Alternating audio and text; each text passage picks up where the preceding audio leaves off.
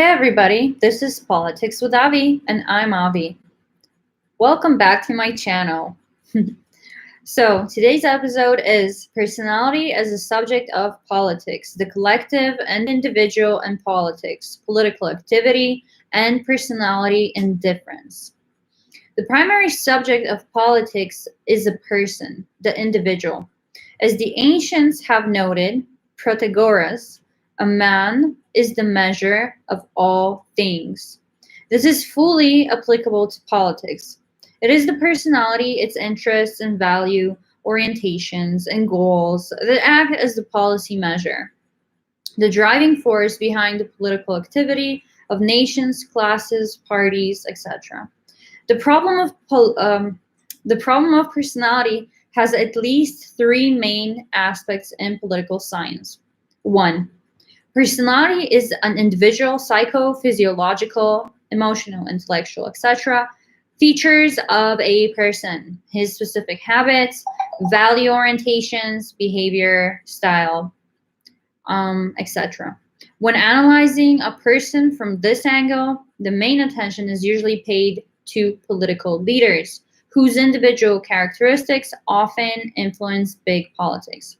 Two, a person as a representative of a group, status, professional, socio-ethnic, class, elite, masses, etc., as well as a performer of a certain political role, voter, party member, parliamentarian, minister, etc.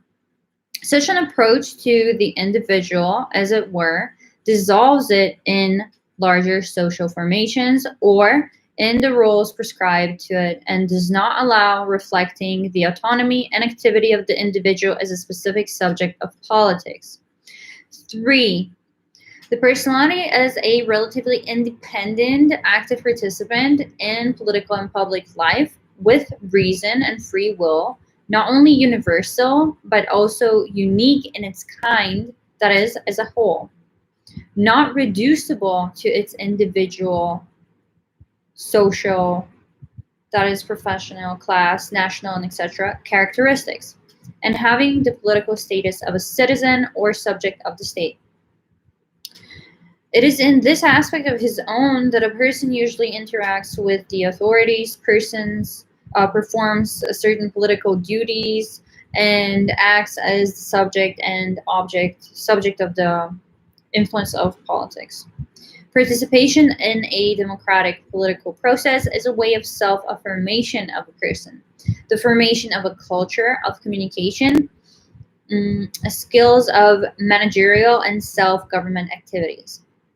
As the basic material needs of a person are more fully satisfied, their cultural level, self-awareness, and self-esteem grow. The needs and interests of participation in socio-political life will develop. Comprehensively a developed person is also an active public figure. The further, the wider the society will be faced with this trend. Providing the individual with opportunities for conscious, active participation in social and political life is a way of elevating the human in a man.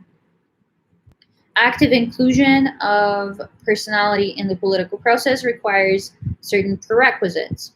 They can be divided into three groups, that is, material, sociocultural, and political legal.